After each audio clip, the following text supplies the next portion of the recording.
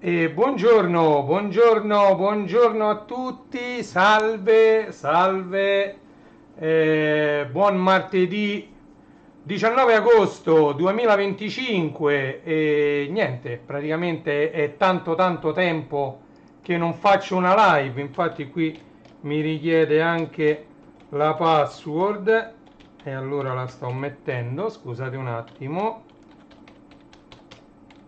Sto mettendo un attimo la password per accedere alla chat. Ok, la chat si è aperta, tutto a posto.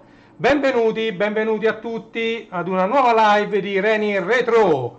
Salve, tanto tempo, tanto che non facevo una live, infatti non funzionava quasi più niente, anzi vorrei vedere, sentire se l'audio arriva correttamente. Scusate un attimo. Sì, sembra che arriva bene, quindi ok, perché io vedo dalla televisione se effettivamente l'audio e il video sono di qualità almeno sufficiente. Ok?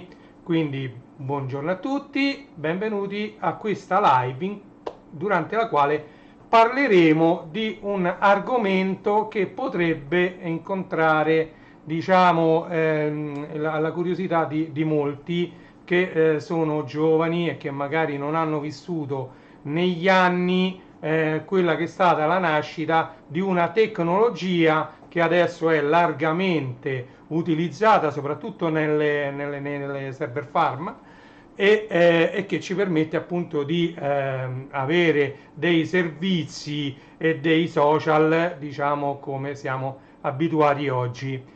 Non tutti, diciamo, si chiedono dove vanno a finire tutti i dati, anche quelli più semplici. Un semplice buongiorno scritto su Facebook deve essere scritto in un database. Che cos'è un database? È appunto un qualcosa che viene scritto su un supporto fisico, sia esso un disco a stato solido, sia esso un disco diciamo meccanico, di tipo meccanico. Allora, eh, grandi data center come per esempio può essere YouTube, dove tutti noi andiamo a utilizzare dei servizi di streaming audio video, diciamo, hanno bisogno di uno spazio enorme, sempre più grande, ma anche delle semplici app di messaggistica come Telegram o anche come WhatsApp, ma anche Facebook, che è un social network, X di Elon Musk, diciamo tutto quello che sta su internet ha bisogno di quello che viene definito non solo il data center, ma lo storage, cioè queste grandi sale piene di hard disk, diciamo hard disk inteso genericamente. Gli hard disk possono essere delle memorie, sia a stato solido, sia degli hard disk meccanici, anche per assurdo anche delle pennette USB possono essere considerate hard disk per memorizzare dati, delle schede SD. Insomma, diciamo questo storage è inteso come memoria atta a conservare i nostri dati nel tempo, anche quando manca la corrente e torna, i dati rimangono memorizzati su questa memoria di massa. Ok? Era, mi pare, la fine degli anni 70, nel 77. Io quello che vi racconto vado tutto a memoria, non è che diciamo mi preparo qualcosa prima, no.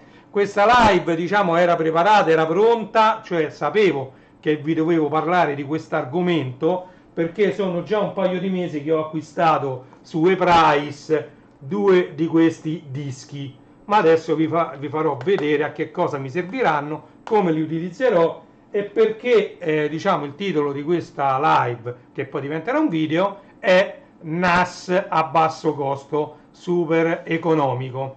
Allora, negli anni 90, quando io entrai in Ericsson, forse già l'ho raccontato in qualche altra live, sicuramente qualcuno che mi segue se lo ricorderà, io diciamo ho avuto tra virgolette la fortuna perché mi trovavo lì quando arrivò il primissimo server dell'HP destinato a diventare un server Microsoft, e quindi ci doveva essere installato sopra Windows NT Server, che all'epoca era proprio appena uscito, il 4.0, quindi era la fine degli anni 90, e quindi c'era la necessità di montare questo server perché per una svista, diciamo, venne acquistato questo server senza il montaggio. Quindi arrivò, diciamo, l'armadio, perché c'era le ruote sotto, era un bel case grande, ci andavano, mi pare, c'era 12 bay per gli hard disk,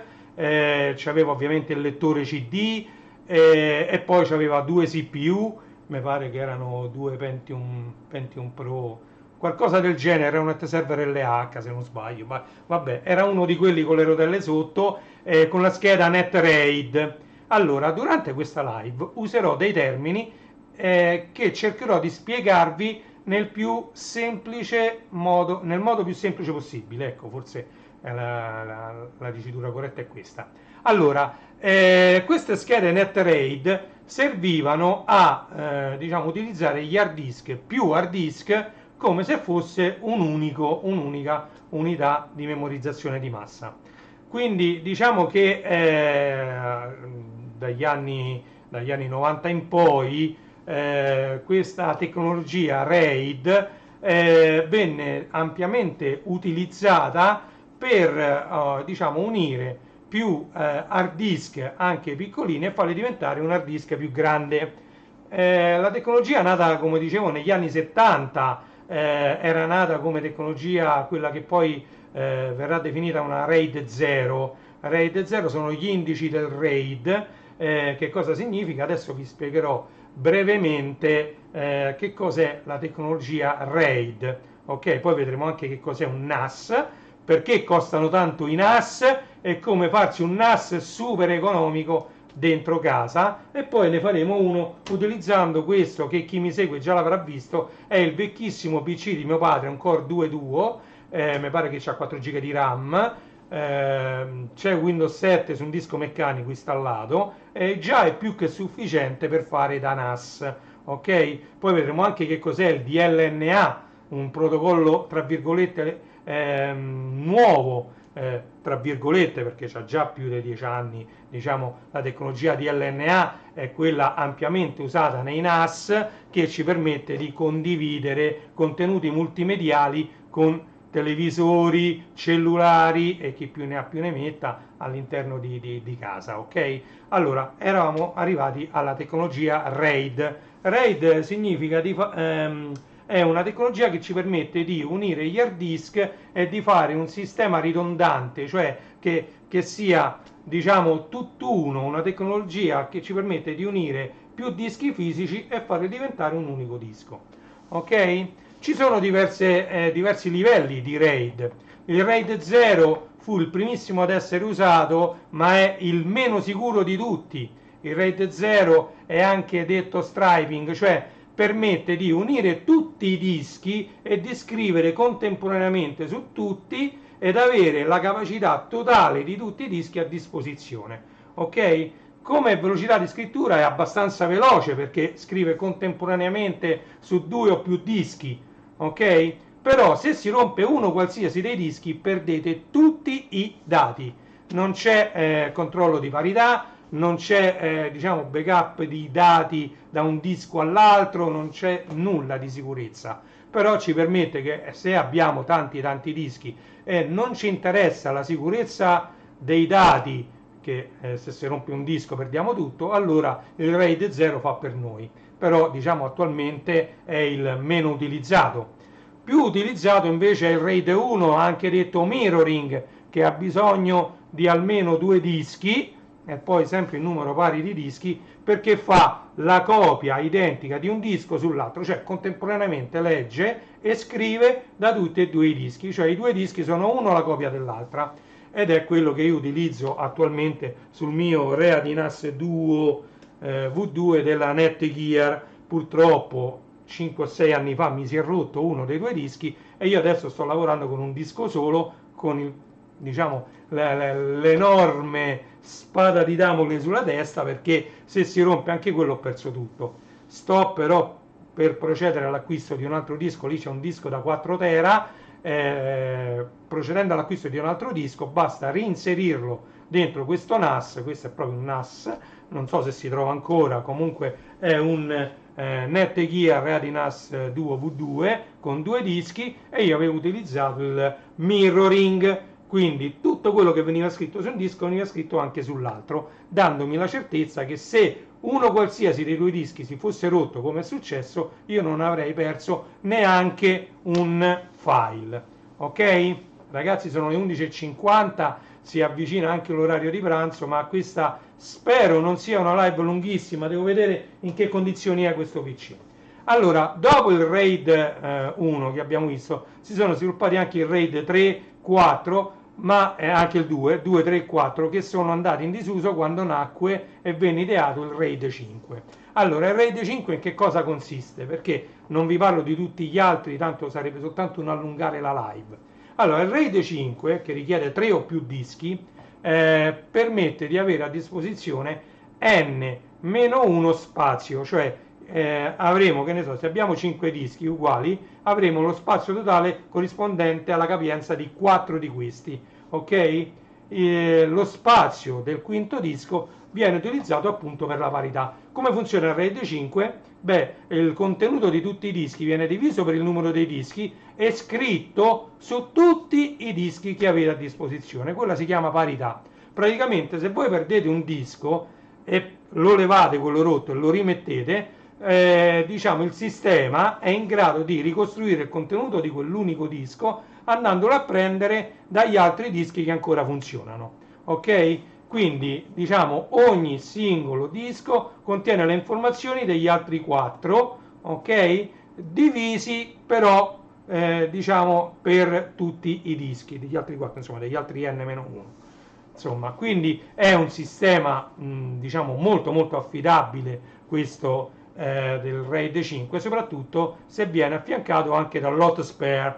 L'hot spare è un disco che rimane sempre spento, è sempre connesso diciamo alla scheda hardware RAID e viene acceso solo nel momento in cui uno qualsiasi dei dischi si rompe. Viene ricostruito il RAID direttamente online, mentre voi potete ancora lavorare, diciamo, noterete solo un degradamento della velocità di lettura e scrittura dovuto al fatto che il sistema sta anche ricostruendo un disco, quindi rebuilding, sta ricostruendo il contenuto del disco, e quindi si dice che lavora in modalità, quando si rompe un disco si dice in degradato, però in modalità rallentata, ok? Perché c'è un disco che sta scrivendo tutti i dati il più velocemente possibile e gli altri che stanno leggendo e mandando, inviando i dati a quel disco che deve essere ricostruito. Diciamo, oramai con i dischi serialata in breve tempo, diciamo, quel disco viene ricostruito e tutto ritorna in piena efficienza. In mancanza dell'hot spare si dice che quando si rompe un disco il RAID 5 lavora in modalità degradato e quindi c'è un warning abbastanza insistente, perché se si rompe un altro disco perdete tutto. Quindi con RAID 5 potete rompere massimo un disco su N. Ok? Se si rompono 2 dischi su N perdete tutto. Ok? Perché vi ho spiegato questo? Perché più o meno tutti i NAS significa Network Attached Storage, e praticamente è una unità di dischi di memorizzazione di massa connessa direttamente alla rete. Ok? Non c'è bisogno di monitor, non c'è bisogno di nulla, voi mettete gli hard disk dentro questa unità e questa unità tramite un cavo di rete o anche adesso con le super wifi anche via wifi si può connettere alla vostra rete locale e condividere file e cartelle. Ok? Quindi il NAS abbiamo visto che è un'unità di memorizzazione di massa connessa alla rete. Il NAS funziona con tecnologia RAID quasi sempre, ok? Siano essi 2 dischi, 3 dischi, 5 dischi, 10 dischi, ci sono NAS di tutte le dimensioni.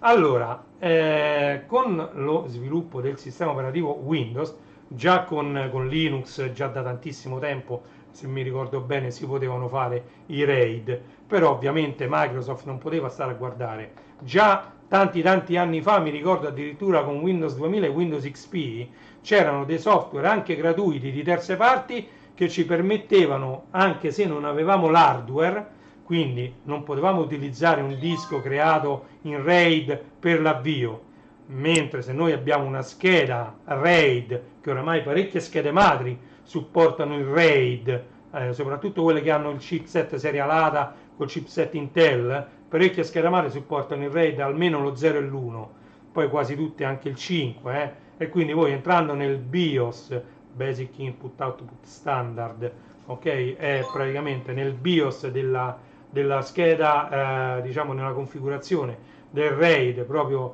prima ancora di caricare il sistema operativo, qualsiasi esso sia esso Linux, sia esso Windows, prima ancora voi vi andate a configurare i vostri dischi in RAID, a quel punto potete fare il boot del sistema operativo direttamente dal sistema RAID.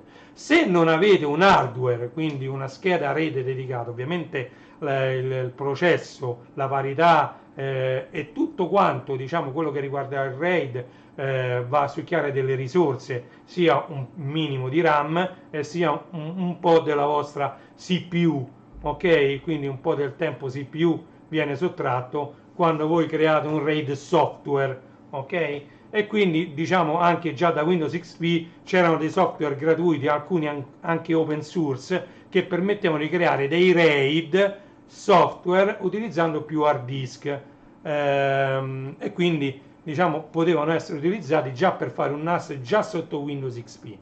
Poi con l'avvento di Windows 7, io mi ricordo che l'ho fatto, ce l'ho di là, vi ho fatto vedere un bel PC, c'è uno short. Salve Michele! Da Londra! Mia figlia l'anno prossimo andrà a Londra, si sta già organizzando con mia moglie proprio per andare a Londra l'anno prossimo, sicuramente una settimana, 10 giorni staranno a Londra e vedranno tante cose da vedere, quindi mi potrai aiutare quando tornerai in Italia, magari ci scriveremo e mi darai delle dritte per Londra, visto che stai a Londra un anno prima. Mia moglie già sta organizzando tutto, pensa che per andare in Spagna ci ha messo più di un mese a organizzare tutto, per Londra ha cominciato già sono 2 settimane che stanno parlando di questo viaggio dell'anno prossimo, quindi di luglio 2026 a Londra. Chiusa la parentesi di Londra, abbiamo salutato Michele e andiamo avanti a parlare diciamo, del RAID sotto Windows. Allora, io vi dicevo che avete già visto in uno short il mio super PC, dove io ho messo 4 dischi da 2 terabyte in RAID 5. Il RAID l'ho creato con Disk Administrator di Windows 7, ok?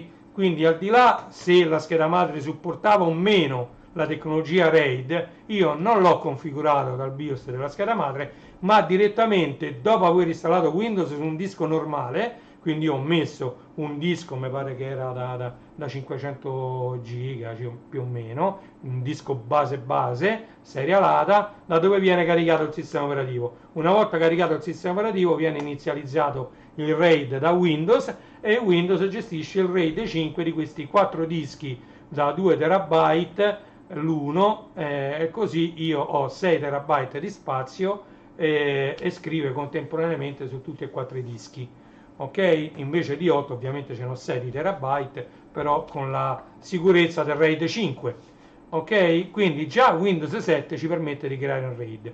Windows 7 però non aveva il DLNA, che adesso praticamente tutti i NAS hanno. DLNA è un protocollo che ci permette di condividere i nostri film, i nostri file MP3 e le nostre fotografie in una rete locale, e permette a tutti i dispositivi, come possono essere televisori, altoparlanti smart o chi più ne ha più ne metta, di accedere a questi contenuti condivisi e di poterne usufruire all'interno della rete, diciamo. E quindi anche questo DLNA è una cosa, una mano santa, ok? E quindi va configurato su Windows 7 questo servizio DLNA aggiuntivo, perché non c'è, cosa che invece c'è dentro Windows 11, non so se pure dentro Windows 10, però dentro Windows 11 è sicuro, perché ho installato Windows 11 in una macchina virtuale sul mio vecchio PC Windows 7, quindi io ho Windows 11 virtualizzato in una virtual machine dentro Windows 7. Pensate un po' che mi sono inventato, poi magari lo vediamo, comunque sono i servizi multimediali di Windows 11. mh, Chiedendo a Google, che adesso ha l'intelligenza artificiale di Gemini integrata nelle ricerche, chiedendo diciamo a Google come abilitare il DLNA su Windows 11, compaiono 4-5 passi che da pannello di controllo è abbastanza semplice, basta andare nelle risorse della rete e abilitare servizi multimediali dentro le proprietà della rete e poi andare a abilitare il relativo servizio dentro i servizi. Quindi molto semplice in Windows 11, un po' più complicato su Windows 7, ma non impossibile da fare. Io vi farò vedere che, dato che i dischi che io ho acquistato, che sono questi, sono di tipo USB, non mi va di configurare il RAID direttamente da Windows, siccome mi serve il mirroring, perché qui andrò a mettere delle cose per me molto molto importanti, quindi ne ho presi due appunto perché voglio fare, diciamo, la copia identica di uno sull'altro, proprio devono essere identici questi due hard disk, in modo che se uno si rompe ho l'altro. Utilizzerò, diciamo, un altro software che ha Windows di serie, ce l'ha già anche Windows 7, ce l'ha ancora pure Windows 11, che si chiama Robocopy. È un comando, diciamo, da DOS, che con determinati parametri ci andrà a sincronizzare i due hard disk, facendoli essere uno la copia identica dell'altro. Così avremo, diciamo, una specie di RAID 1 mirroring, però fatto ogni tanto, diciamo, magari lo farò ogni ora o 2 volte al giorno, ogni 12 ore, vedremo, perché poi si può anche schedulare questo comando Robocopy, e lui, diciamo, spesso può andare a fare la sincronizzazione e generare anche addirittura un file di log per far vedere tutti i file che sono stati eliminati magari da una parte perché nel sorgente erano stati eliminati o rinominati, e poi quelli copiati nuovi. Ok? Quindi permette tante tante cose già Windows di per sé stesso, ma adesso, bando alle ciance, andiamo a vedere come stava questo PC. Io non me lo ricordo assolutamente, è tanto tempo che non lo accendo. Andiamo a vedere. Allora, accendiamo, e io volevo cambiare la visuale, vediamo se riusciamo a cambiare la visuale. Allora, questo PC non mi sembra dia segnali di vita, però sta caricando. Ah, ecco, loading Asus Express Gate, eccoci qua. Andiamo nel setup. Allora, F1 to run setup. Allora, innanzitutto 19.8 è giusto, 11.15.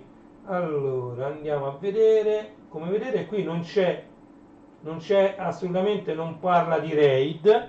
Ah, non mi vedete da là, allora sapete che mi faccio? Mi prendo la tastiera e me la porto di qua, tanto il cavetto è lungo.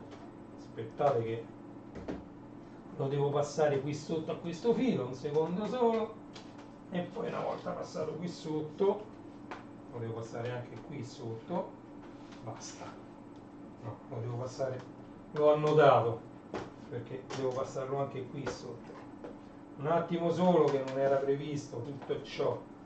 Ok, tanto mi state vedendo quello che sto facendo, dai.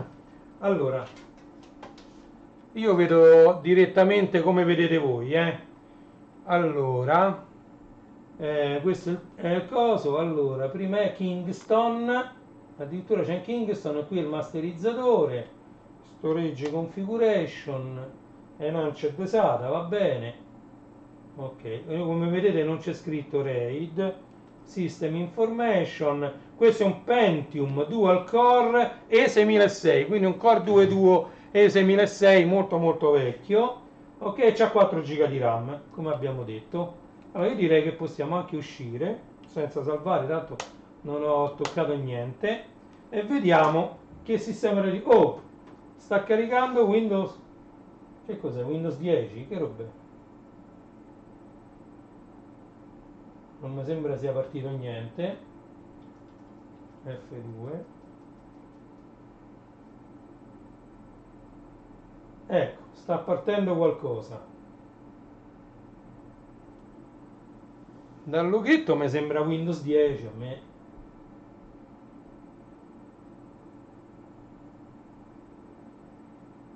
Che razza di sistema ci avevo messo? Neanche me lo ricordo. Allora, utente, ti diamo il benvenuto. Adesso andiamo a vedere, che non mi ricordo proprio, perché sicuramente qui ci sono i due hard disk che c'aveva mio padre, meccanici, però a questo punto mi pare che l'ho staccati, perché lì c'era Windows 7. Qui andiamo a vedere, sta caricando e questo dovrebbe essere addirittura un SSD. Vediamo un po'. Utente, ti diamo il benvenuto. Mamma mia la roba che ci sta installata qua sopra, oh. Collegamento. Ma che è questo? Windows 10? Ma mi sa di sì, eh. Uh, è diventato tutto bianco, ah, perché qui è partita qualche cosa che richiede la connessione internet.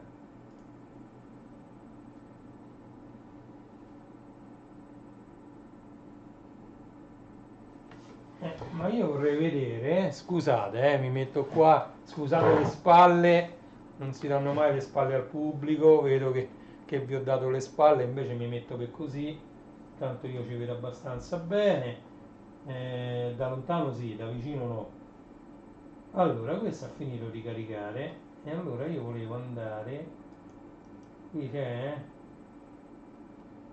questo però mi dice proprietà, no, volevo andare sulle proprietà, qui, e volevo vedere le icone del desktop che sicuramente sta dentro temi,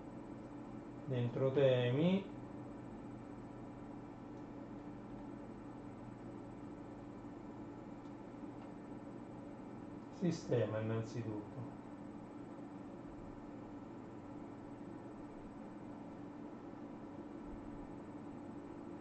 rinomina mini tool, shadow maker, non so che cosa sia, sicuramente qualcosa per fare il backup, scusate che non mi ricordo assolutamente. Allora, notifiche audio, multitasking. Ma scusa, questo è il nome del PC. Tra l'altro lo devo rinominare perché lo chiamo NAS Windows, va. NAS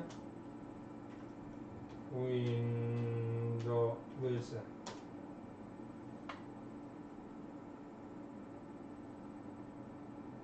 Ah, non vuole lo spazio, giustamente. Il nome contiene uno o più caratteri, non... quindi il trattino? No.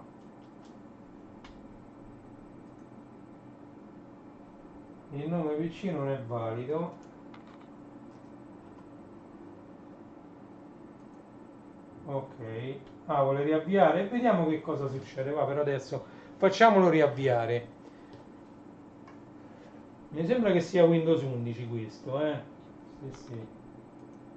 Riavvia tutto. Riavvio in corso. Vediamo quello che succede, però mi piacerebbe anche vedere. Eccoci qua con ok, P5G41 TMLX. Vabbè, F2, no, F1. Beh, perché mi è ritornato qui al BIOS? Ma che vuole? Exit, save configuration, ok, sì, sì, dai. Vai, vai, fammi vedere quanto ci mette adesso a riavviarsi questo PC. P5G41T MLX. Oh, hai rotto le scatole. Beh, oh, riparte. Beh, è già più veloce, eh. Utente. È già molto più veloce, calcoliamo che c'ha soltanto 4 giga di RAM, eh. Però ancora non ho capito che sistema operativo ci avevo messo qua, non ci sto a capire niente. Non so che sistema operativo c'era. Questo è un Windows, ma che Windows è? Eccoci qua. Allora io voglio andare, aspetta, che quanto so più difficoltosi, icone sul desktop.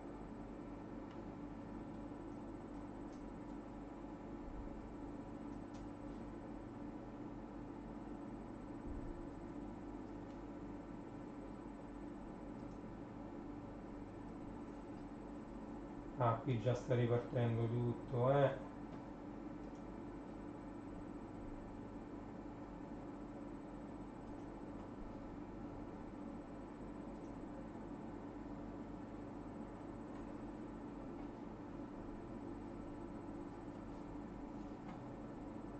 Ah, bisogna attivare Windows perché questo non è attivato e quindi non me lo fa cambiare. Vabbè, non mi interessa. Quindi sistema. Io volevo capire pure che Windows era però. Perché come mi mette a attivare un Windows che non mi interessa ad attivare? E vabbè. Ci abbiamo sempre il prompt dei comandi. WinVer. WinVer. Windows 11. Perfetto. Quindi già c'è Windows 11 qua installato. Beh. Oh. Quindi va soltanto registrato questo perché sennò non mi va a fare un sacco di cose, però già può andare bene questo, Allora chiudiamo questo. Allora HDD LED mi permette di avere qui sotto, io lo utilizzo tantissimo perché qui sotto voi vedete un quadratino verde qui sotto, a me mi è utilissimo perché su quest'altro PC con Windows 7 ho tutti gli hard disk USB come se fossero i LED degli hard disk, però addirittura sono multicolore questi quadratini. Ogni hard disk è rosso quando scrive, verde quando legge e nero quando è in stato di riposo che non sta facendo nulla. Quindi io qui che ci ho collegato sono 8 hard disk da 0 a 7, sono 8 hard disk su quel PC là, su questo no, su questo per adesso è uno solo, però su questo ho 8 hard disk e io so esattamente quale degli 8 hard disk sta scrivendo, sta leggendo, che cosa sta facendo, ma non solo, ma se io ci vado sopra mi si apre un fumetto con scritto quali sono i processi che stanno leggendo e scrivendo. Voi adesso non riuscite a leggerlo bene, voglio provare a modificare un attimino questa telecamera per farvi vedere magari un po' meglio andando a diminuire un po' la luminosità, ecco, magari il contrasto no, tanto si vede male lo stesso, però no, no, così diventa un macello. Vabbè, comunque per farvi capire, perché questa è una webcam non full HD e quindi purtroppo è quella che ci abbiamo. Qui se vado troppo in su, se metto automatico qua non ce la fanno.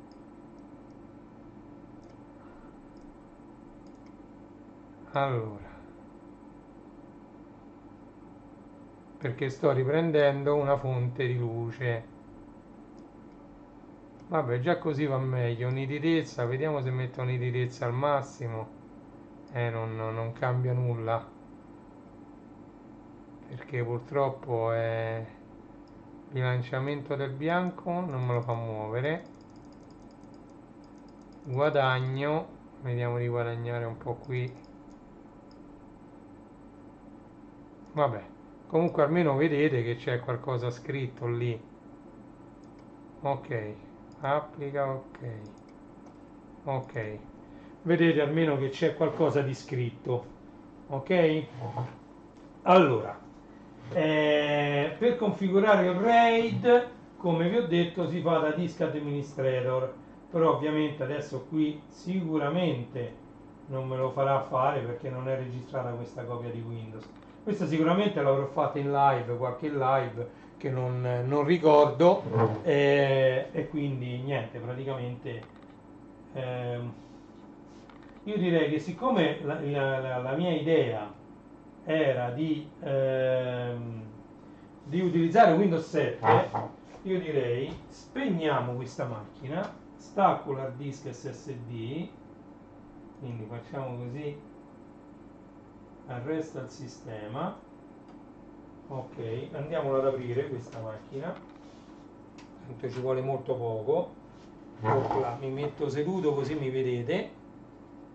Allora, si sta ancora chiudendo, ok, si è chiusa, perfetto. Stacchiamo la corrente, tocchiamo la massa, ok, toccata la massa, noi andiamo a sfilare, oh, vedete? Qui c'è un hard disk SSD, eccolo qua, vedete? Tra l'altro anche un Kingston, quindi buono, guardate, questo era l'hard disk SSD che c'era già dentro questa macchina. Allora, oh caspito, proviamo ad attaccare questo hard disk, non vorrei che fosse questo quello col sistema operativo, perché qui c'è pure un disco IDE, perciò ho detto oh caspito. Allora, vediamo di evitare che i cavi vanno e poi me li metto tutti bene, riattacchiamo tutto e vediamo se parte Windows 7. Oh, vediamo cosa parte. Questo sistema che io adotto è molto comodo perché se si rompe questa macchina, voi staccate gli hard disk USB e li attaccate ad un'altra macchina e non perdete neanche un file. Io ho una paura che mi si rompe perché i NAS sono molto buoni finché non vi si rompe l'unità NAS, proprio quella dove stanno attaccati gli hard disk, perché quelli vengono formattati in un modo particolare suo. Ok? Ogni marca ha, diciamo, il sistema operativo suo per formattare gli hard disk, mentre qui io quegli hard disk li formatterò tranquillamente con un NTFS standard, ok? Quindi molto molto comoda anche questa cosa, NTFS standard e vai col tango, come dico io. E quindi niente, ho perso la chat, eccoci qua in chat. Ciao Giovanni, benvenuto, salve a te.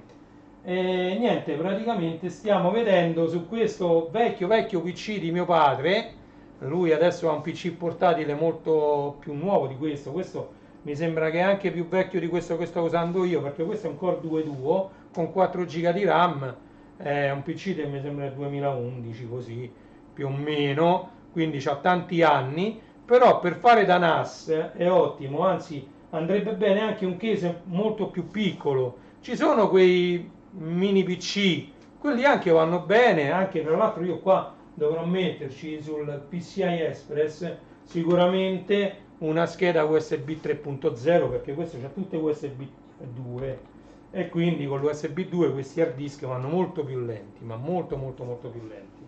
Allora sta caricando il sistema Windows 7, perfetto, ok, vediamo che si riconosce anche dalla barra sotto che è Windows 7. Ovviamente Windows 7 da disco meccanico è molto più lento rispetto a Windows 11 su SSD, è ovvio questo, ma è palese, è normale, ok? E quindi adesso vediamo come si può attivare un mirroring tra due dischi USB. Io li farò monopartizione, quindi ognuno avrà un'unica partizione gigantesca da 4 tera e questa partizione verrà duplicata da un disco sull'altro a intervalli regolari di tempo, ok? Perché il mio diciamo intento finale è di utilizzare questo PC come se fosse un NAS. Allora qua vedo che ci sono un sacco di icone sul desktop che non ci interessano adesso a noi ci interessa però, vedete, ha rilevato il nuovo hardware che altro che non sono tastiera e mouse che io ho, attaccato. Allora, io voglio vedere, questo è computer, da gestione computer, ok? Da gestione computer, voi dovete andare, questo è Windows 7, Windows 7, gestione computer, andate su gestione computer, ovviamente sta ancora facendo il boot. Mentre fai il boot io volevo fare una cosa al volo con, diciamo, ecco, qui non è qua, ovviamente questo è C, utenti, cassa downloads, non mi interessa, computer, P, e sì, Chrome download, mi serve il software Servio che lo voglio andare ad installare anche qui, ed io Servio l'avevo già scaricato, questo non è,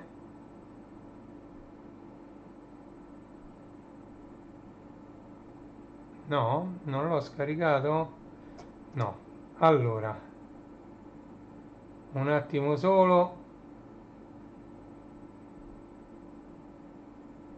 oh, caspita. Un attimo solo, no,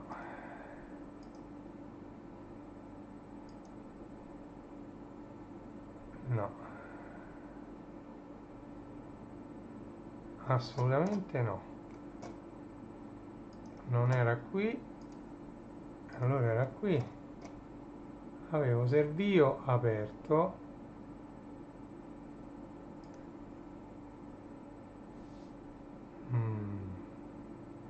qui no, e allora era di là, allora era qua, porca la miseria, e niente, lo cerco di nuovo, restream, e niente, basta scrivere Servio, Servio download, eccolo qua per Windows, ok, mi sto scaricando Servio, che è un software per attivare il DLNA e la condivisione dei contenuti multimediali su un PC con Windows 7, ok, quindi poi lo metterò su una pennetta e lo installeremo qua. Sto prendendo un po' di tempo perché vedo che questo disco sta ancora lavorando, ma proprio perché secondo me è tanto tempo che non lo accendo questo PC, Servio, copia dove? Oh,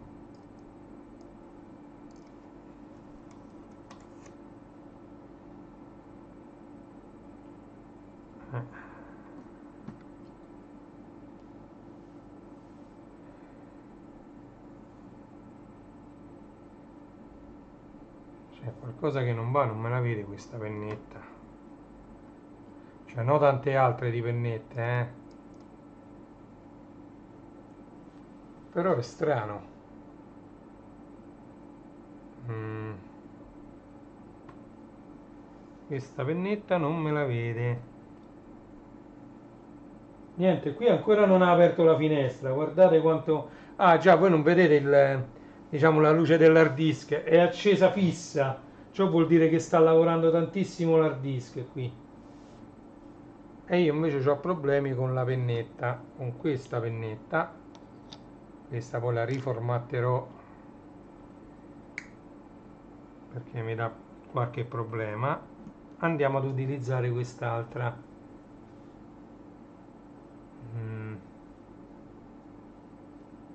Secondo me è il PC che non c'ha va. C'ho talmente tanta roba aperta qui che è il PC che non ce la fa. Non me la... zero proprio. Come se non inserissi nulla. Oh, mo l'ho vista subito su quest'altro hub. Ok, e la incollo qua. Incolla, copia. Ok, questo perché lì ancora non c'ho la scheda di rete wifi. L'ho comprata, arriva oggi da Amazon, ho comprato una TP-Link molto buona, compatibile ovviamente con i driver per Windows 7, ovviamente, se no è un cavolo è tutt'uno. Ok, allora ho, diciamo, mamma mia, qui proprio, se io lo attacco mi sa sta pennetta neanche qui la vede, Oh, invece subito. Oh, mi ha aperto Disk Administrator. Vediamo se riesce a montare. Allora, qui intanto andiamo su gestione disco. Allora, su gestione disco, se avete due dischi uguali, li potete selezionare tutti e due e andare a creare il vostro RAID, quindi Stripe o Mirroring o RAID 5 direttamente da Windows. Ok? In questo caso io ho un solo hard disk con la partizione per l'avvio e la partizione con il sistema operativo e i dati. C'ho un monodisco, quindi non posso fare il RAID, però per farvi capire da questa schermata potete tranquillamente andare a creare il vostro RAID e quindi unire due o più dischi e fare diventare uno solo, e Windows vi vedrà, mentre qui dentro Disk Administrator vedrete i dischi fisici quanti sono, poi lui associerà una stessa lettera, se voi volete fare un'unica partizione, associerà un'unica lettera a tutti i dischi che voi avete unito. Ok? Questo era per spiegarvi Disk Administrator e il RAID su Windows. Ok? Qua che dice? Google Drive. No, che Google Drive mi nonno. Mi sa che sta ancora mettendo i driver di questa pennetta.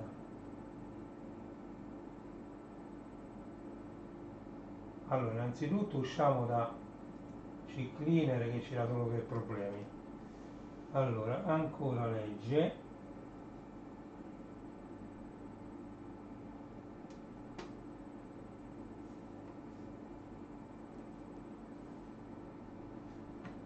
Fare clic. Ok, pronto per l'utilizzo. A me serve Servio.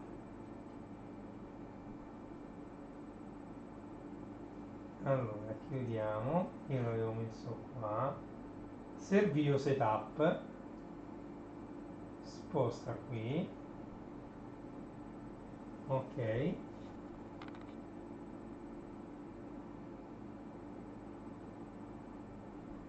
Perfetto. E andiamo a lanciare Servio. Servio è compatibile anche con Windows 7 ancora, almeno l'ultima volta che ho dato un'occhiata lo era. Quindi avanti, avanti, avanti, si installa. Ok, mi sta installando questo Servio.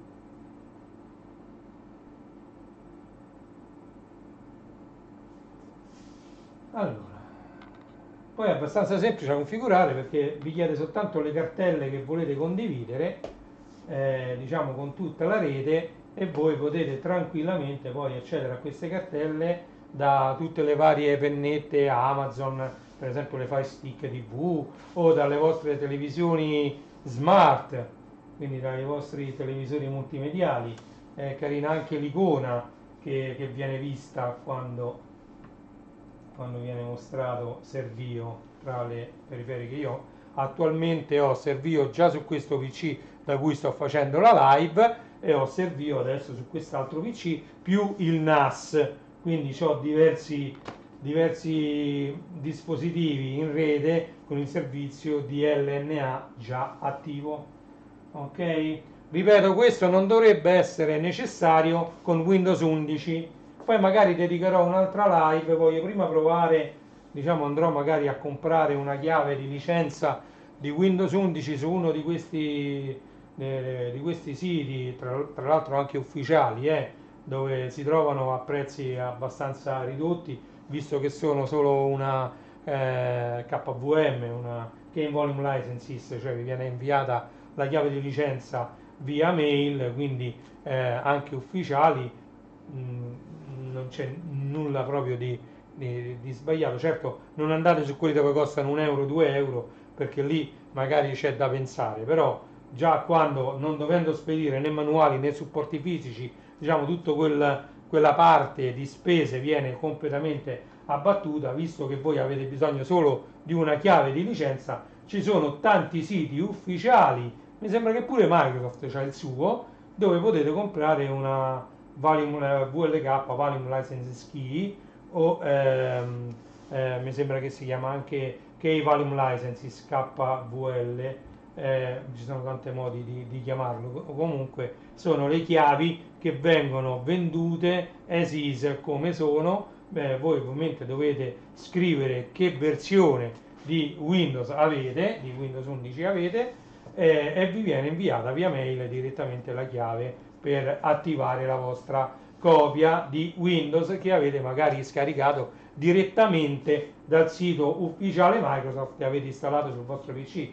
Vi ricordo che Windows vi dà diritto a, mi sembra, un mese di utilizzo gratuito, ovviamente limitato, come abbiamo visto. Windows 11 a me non faceva mettere le icone sul desktop, diciamo quelle di sistema, che ne so, questo computer o rete locale, diciamo quelle pannello di controllo, queste icone di sistema non ve le faceva mettere sul desktop, non vi faceva personalizzare i temi, diciamo ci sono delle limitazioni ovviamente anche durante il mese di prova, però diciamo voi potete provare Windows, se vi piace andate su uno di questi siti, ripeto anche mi sembra quello ufficiale Microsoft, e potete comprare la chiave di licenza che poi metterete nell'apposito spazio per attivare la vostra copia di Windows. Ok? Detto questo, io ho attivato, qui adesso mi dovrei trovare Servio Start, Servio Services, va bene, poi però ecco, questo mi ha fatto partire il servizio, però mi serve Servio Console. Niente, così non lo trova. Andiamo su tutti i programmi. Allora, Sky. Allora, c'era una GUI per configurare Servio.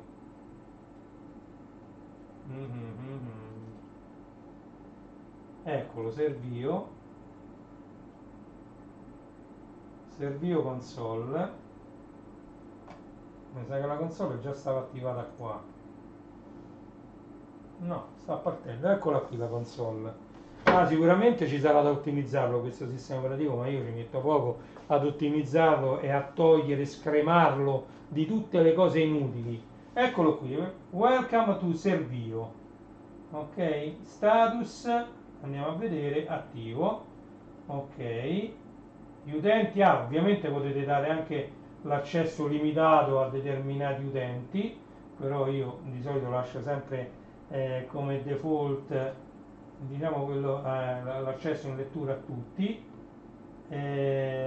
Metadata, questi sono i metadata, video, quello che volete condividere, però io vorrei vedere, ecco la library, la libreria, shared folder, vedete, e qui potete aggiungere le cartelle che volete condividere. Per esempio, se voi volete, che ne so, condividere solo la cartella immagini, o solo la cartella musica, o solo la cartella video, voi potete condividere anche solo una di queste tre, oppure condividere la root che conterrà queste tre cartelle, allora lui automaticamente le condivide tutte e tre. Ok? Perfetto. No, online sources non mi interessa perché io non le voglio condividere con internet, quindi ok, qui c'è il modo di aggiornare il database, perché tutto quanto si basa su un database che viene creato all'interno di questo Servio con, diciamo, la lista dei vostri contenuti multimediali. Ok, quindi questo è Servio che vi consiglio di andare a scaricare, si scrive con due i. Mi sembra che in descrizione del video io ho messo il link per andarlo a scaricare. Allora, io direi che però una cosa che possiamo sicuramente fare è andare a sballare insieme. Allora, torniamo qui in studio che non vedo nulla. Allora, possiamo andare ad aprire insieme questo hard disk e anche l'altro. Allora, diciamo l'apertura dovrebbe essere abbastanza facilitata tramite sempre il coltellino rosso, vedete? Coltellino rosso, noi andiamo a rompere il sigillo, così come ho fatto, abbiamo rotto il sigillo ed andiamo ad aprire l'hard disk. Ok, ed ecco che è imballato perfettamente, vedete, dentro c'è il foglietto, diciamo, con le istruzioni, ok, ma non serve quasi a niente. Qui sotto c'è il cavetto USB 3.0 e io, visto che, come vedete, ne ho diversi di questi sono da 5 tera, ecco, allora questi sono 2 da 4 tera, il meglio che sono riuscito a trovare, e andiamo a connettere questo. Mi sembra che il cavetto ce l'ho già qua, senza che prendo quello.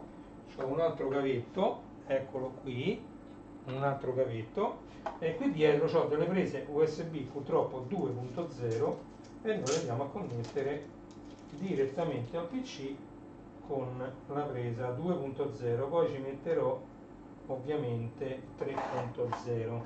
allora andiamo a connettere questo. Allora,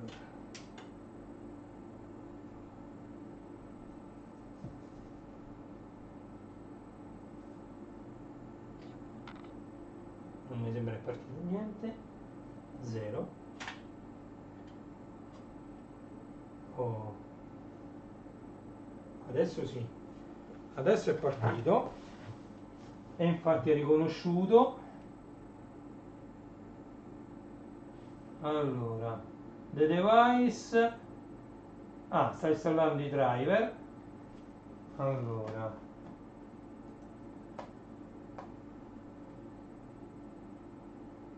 ok, l'ha installato e dentro ovviamente c'è diciamo il software della Seagate. Allora io qui faccio una cartella, no, questo che è? Sì, Seagate, Seagate Basic. Ok, vado a prendere questo software e lo copio qui. Ok, e intanto il software l'ho copiato. Poi voglio andare e voglio vedere Seagate Base. Allora, se è NTFS, sì, NTFS 4 tera. A me va benissimo così questo disco, però devo fare un controllo. Allora, un controllo che può essere fatto anche con Crystal Disk se ci fosse installato qui. Crystal Disk, no, non c'è installato. Allora qui purtroppo bisognerebbe fare un controllo blocco a blocco, ma ci mettiamo non si sa quanti giorni, quindi non si può fare un controllo, perché io i dischi, prima di metterci dati importanti, li faccio sempre una verifica. Allora, qui sicuramente questo PC ha una USB rotta, quindi bisognerà ovviamente che ci metto per forza una scheda aggiuntiva USB 3.0 che abbia almeno 2 porte, e questo ha queste 2 porte frontali USB 2 sempre e basta, non ha niente altro. Ci posso mettere, però avevo io una scheda USB 2, ultimamente l'ho trovata, USB 2 posteriore, PCI, e vabbè, ci posso mettere per adesso quella, visto che qui dietro c'è una porta rotta. Se no mi tocca attaccare il mouse alla PS2, e tanto ci sono anche gli attacchi PS2 per tastiera e mouse, però la tastiera è USB. Il mouse io lo posso attaccare tranquillamente alla PS2 grazie a questo adattatore, vedete? Questo qua, questo adattatore trasforma il mouse da USB a PS2. Tramite questo adattatore io potrei collegare il mouse alla PS2. Vediamo un po'. Comunque, riassumendo, che cosa abbiamo visto? Abbiamo visto che da Windows 7 è possibile creare un RAID di dischi, Disk Administrator. Andate a selezionare i vostri dischi che devono essere vuoti, possibilmente anche non formattati, quindi proprio nuovi, non formattati. Se sono già stati formattati, eliminate la partizione sempre da Disk Administrator, li andate a selezionare, pulsante destro, re nuovo, volume dinamico, si chiama volume dinamico, e andate a selezionare, mi pare che Windows non lo chiama RAID 0, RAID 1, RAID 5, RAID 5 lo chiama RAID 5 perché quello è RAID 5, però uno lo chiama striping e uno mirroring, mi sembra, perché uno significa che spalmi i dati su tutti i dischi e l'altro invece significa che tu vuoi una copia identica di due dischi, e quindi in quel caso dovete utilizzare mirroring, ok? Se non volete utilizzare questo sistema RAID, potete utilizzare il comando robocopy. Robocopy supporta una marea di parametri, senza che vi sto qui a dire, a spiegare tutti i parametri. Potete scriverlo su Google e andate a vedere, ce n'è uno addirittura che c'è scritto proprio che sincronizza due cartelle, e quindi se voi ci mettete la root come cartella, che ne so, robocopy C2 punti D2 punti, allora a quel punto col parametro slash, mi pare che era RD, una cosa del genere, lui automaticamente andrà a sincronizzare i due dischi e a renderli identici. In questo modo non avete, diciamo, il RAID di Windows che, diciamo, nativamente va a fare la copia dei dati proprio, diciamo, tra virgolette a basso livello, fa proprio una copia dei due dischi. In questo caso lo fa in tempo reale. In quest'altro caso voi avete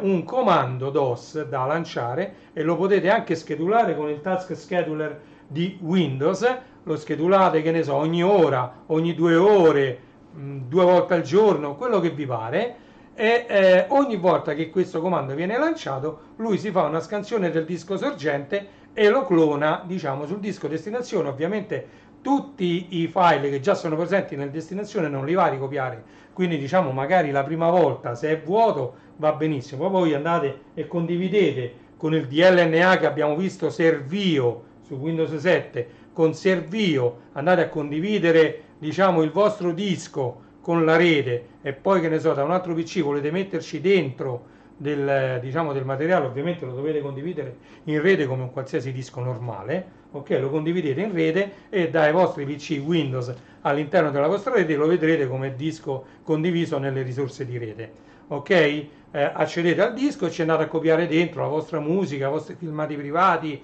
diciamo le vostre fotografie, ok? Le andate a mettere dentro. La prima volta, quando partirà il robocopy, farà una copia e ci metterà un po' di tempo. Poi se voi andate ad aggiungere soltanto, che ne so, una decina di immagini, la seconda volta Robocopy andrà a copiare solo quelle 10 immagini, non copieranno un'altra volta tutto quanto insieme, tutto quanto il disco, ok? Quindi è una copia che si dice incrementale, cioè tutto quello che già c'è rimane, tutto quello che c'è in più sul destinazione viene cancellato, e se voi rinominate un file sul sorgente, nel destinazione quel file viene cancellato e rimpiazzato dal file con il nuovo nome, ok? Quindi, diciamo, è così che lavora Robocopy di Windows. Quindi andate pure a chiedere all'intelligenza artificiale come si utilizza questo Robocopy e l'intelligenza artificiale vi potrà anche aiutare a schedulare questo Robocopy. Ovviamente adesso con l'intelligenza artificiale si fa tutto, a patto che gli chiedete cose abbastanza semplici. Io ci sto lavorando, sto cercando di capire come funziona, però ha molte limitazioni questa intelligenza artificiale.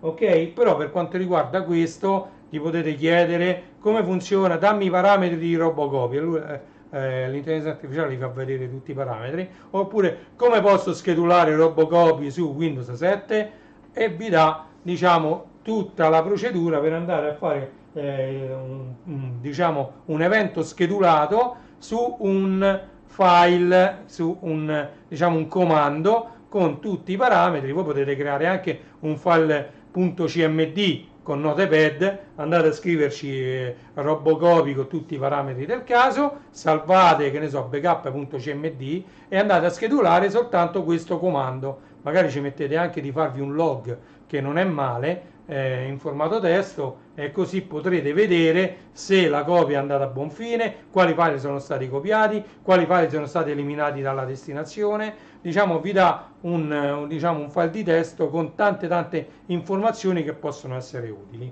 Quindi abbiamo visto Servio per il DLNA su Windows 7, abbiamo visto che tutto quello che vi ho detto può girare tranquillamente senza andare a spendere 500 euro per un NAS a 2 dischi. Io vi dico, per esempio, questa scheda madre può controllare 2 dischi IDE parallelata vecchi e 4 dischi, 1, 2, 3, 4 dischi serialata, più tutto l'ambaradam USB.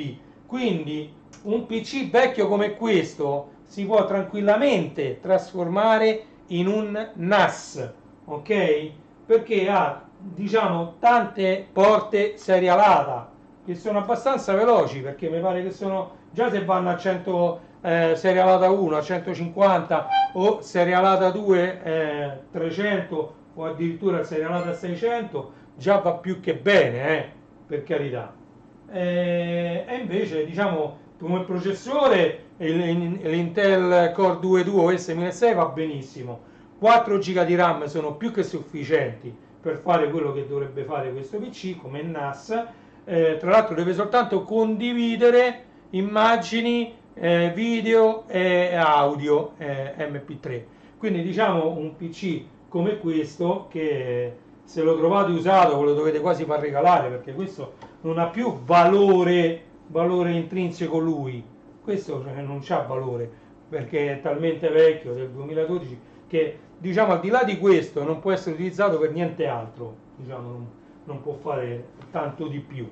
Però come NAS vi dico che va bene. Windows 7 supporta il RAID, se ci mettete Servio diventa pure col DLNA, potete mettere dentro un case di questi, c'è lo spazio per mettere tutti e 4 gli hard disk. Se poi levate anche diciamo, il masterizzatore, avete anche questo spazio qui sopra. Qui addirittura ci sono lo spazio per 2 masterizzatori, guardate, cioè è incredibile. Qua non c'è. Ah, ecco, eccolo qua, un LG, questo è il masterizzatore, vedete? Non si chiude neanche più a sportello, perché si vede che si è rotta la molla in questo momento proprio, incredibile. E vabbè, ecco, no, si era incastrata la molla. Ok. Chi è questo? Ah, questa è la pennetta, fa falso contatto qui davanti. Vabbè, meglio che la levo, la pennetta, tanto non mi serve più. E ci ho messo già Servio dentro. Adesso lo dovrò soltanto ottimizzare. Se volete sapere come ottimizzare, mettetemi nei commenti come ottimizzare Windows 7 per farlo funzionare da NAS, da semplice NAS. E io vi faccio vedere anche come magari configurare il desktop remote desktop di Windows 7, che lo supporta tranquillamente. Vi potete collegare tranquillamente da un qualsiasi PC con Windows 11 a un PC con Windows 7 per avere poi il desktop di Windows, perché questo, se lo fate diventare un NAS, non ha più bisogno di monitor, di tastiera e di mouse, niente. Ovviamente dovete configurare il BIOS per diciamo continuare a caricare il sistema operativo anche in mancanza di tastiera e mouse e monitor, quindi lui salta il controllo di tastiera, mouse e monitor e vi carica il sistema operativo nel caso che manca la corrente, e va a ricaricare tutto il sistema, e voi vi ci potete connettere al desktop per fare della manutenzione, quello che volete, o per andare a configurare altri dischi, magari li attaccate soltanto all'USB e poi con il remote desktop vi ci connettete e andate a configurare questi altri dischi nuovi che ci avete attaccato, per carità. Quindi se volete scrivete nei commenti e io vi farò un video molto semplice, alla portata di tutti, su come configurare un PC Windows 7 e come andare ad ottimizzarlo, eliminando tutti i servizi inutili, eliminando tutto ciò che è superfluo, eliminando ovviamente Windows Update che non serve più, andando ad eliminare, ma che ti voglio dire, l'indicizzazione, andando ad eliminare tutti quei servizi che Windows ha e che non servono a niente, tutta la roba che parte in avvio automatico, eliminiamo tutto per renderlo il più veloce possibile e per renderlo il più snello possibile per usarlo come NAS, Network Attached Storage. Ok? Quindi ho aperto, diciamo, uno di questi dischi, abbiamo visto che, diciamo, tra l'altro, perché mi vede, questo è quello lì, ok, questo che dice boot device, Google Drive, questo è il Seagate, quello che sta attaccato dietro e che adesso andrò a fare tutto il test e lo lascerò andare per fare tutto il test di tutto l'hard disk, quindi mi servirà ovviamente più di qualche ora per fare un test di scrittura di tutto l'hard disk. Ok? Beh, io direi che possiamo tranquillamente tornare qui in live. Allora, un'ora e 11 di live, penso. Allora, riassumendo, quindi poi farò magari un taglio su questa live e quindi adesso registrerò un pezzettino spiegandovi in breve quello di cui abbiamo parlato e quello che abbiamo visto fisicamente qui. Allora, NAS super economico. Il NAS è un'unità di storage direttamente connessa alla rete LAN. Ok? Allora, se avete bisogno di fare un NAS, in teoria dovreste comprare un NAS. Su Amazon si trovano anche a 500 euro con due dischi, con due bay, si chiamano bay, quelli dove vanno inseriti i dischi. In quel caso voi dovrete comprare il NAS e due dischi identici, quindi diciamo non è una cosa molto economica. Ok? Avete un vecchio PC che volevate buttare, ce l'avete lì da tanto tempo, un PC con Windows 7, ok, che abbia almeno 4 GB di RAM, un Core 2 Duo 1006, va benissimo quello, ok? Ovviamente la spesa dei dischi va fatta. Se avete dei vecchi dischi, che ne so, da 1 tera, da 2 tera, che diciamo non sapete che farci, allora li installate dal punto di vista hardware, quindi connettete i due cavi, quello dei dati e quello dell'alimentazione all'interno del vostro case, avvitate le 4 viti che servono per reggere l'hard disk e quindi il montaggio hardware l'avete fatto. Avviate il sistema operativo, una volta avviato il sistema operativo andate su gestione da questo computer col pulsante destro, gestione, andate su gestione disco vi vedrà tutti gli hard disk che sono connessi. A quel punto potete diciamo andare a selezionare, ovviamente i dischi devono essere vuoti, possibilmente senza neanche una partizione, proprio vuoti, completamente vuoti. Li andate a selezionare e andate a creare il vostro RAID, se sia esso striping, mirroring o RAID 5. Ok? Una volta creata questo RAID, voi avrete a disposizione una lettera sotto Windows. Ok? Andrete poi a creare magari 3 cartelle, immagini, musica e video, ok? E andrete a condividere, dopo aver installato il software Servio, andrete a condividere, diciamo, tutto l'hard disk con la vostra rete locale LAN, ok? Ovviamente create un utente everyone, ma magari che lo condividete con tutti, e da quel momento in poi potrete accedere a quell'hard disk da qualsiasi televisore, da qualsiasi cellulare, dalla PlayStation, perché il servizio Servio che avete installato vi garantisce, diciamo, l'accesso in lettura a questi servizi multimediali. Quindi abbiamo detto audio, video e fotografie. Ok? La sicurezza vi viene data dal NAS, dal RAID di Windows. Ok? Non volete fare il RAID? Avete degli hard disk USB? Allora a quel punto lì attaccate, se sono uguali potete anche utilizzare il comando robocopy, andate all'intelligenza artificiale e fatevi spiegare tutti i vari parametri di questo comando robocopy, schedulato, quindi andate sull'intelligenza artificiale e chiedetegli come schedulare, diciamo, robocopy, io vi do, diciamo, gli input, i macro input, poi sui parametri ci vuole un attimo ad andare a vedere qua, diciamo, quali sono quelli da dare. Mi pare che era uno solo il parametro da dare, gli dite, che ne so, da D2 punti a E2 punti, quindi robocopy spazio D2 punti asterisco punto asterisco in e due punti slash è il parametro, quell'unico parametro che serve per fare la sincronizzazione, e poi lo andate a schedulare con il servizio Task Scheduler di Windows 7 e lo potete schedulare una volta al giorno, due volte al giorno, ogni ora, ogni 5 minuti, quando vi pare. Ok? Quindi questo è il sistema più economico che io conosco per fare un NAS. Diciamo, non dovete acquistare nessun apparecchio, utilizzate un vecchissimo PC. L'unica cosa, se non avete gli hard disk, dovrete acquistare gli hard disk, che sono la cosa, diciamo, che forse costa un po' di più. Detto questo, io vi ringrazio di essere stati qui con me, vi invito a visitare i miei siti internet partendo da classe74.it, vi invito a mettere qualche commento sotto questo video, a mettere un like qualora vi sia piaciuto e ad iscrivervi al canale. Ok? Queste sono, diciamo, le richieste che fa un qualsiasi creator che pubblica contenuti su YouTube. Ok? Questo è quanto volevo fare oggi. Dovrò aprire anche l'altro, che è questo qui, l'altro disco, però ovviamente farò il test uno alla volta, se no ci vorranno secoli. Tra l'altro adesso lo staccherò da questo che c'ha l'USB 2, lo attaccherò qua che ho l'USB 3 e farò il testing direttamente sull'USB 3, altrimenti ci vuole un esercito di tempo e non c'è tutto questo tempo. Ok?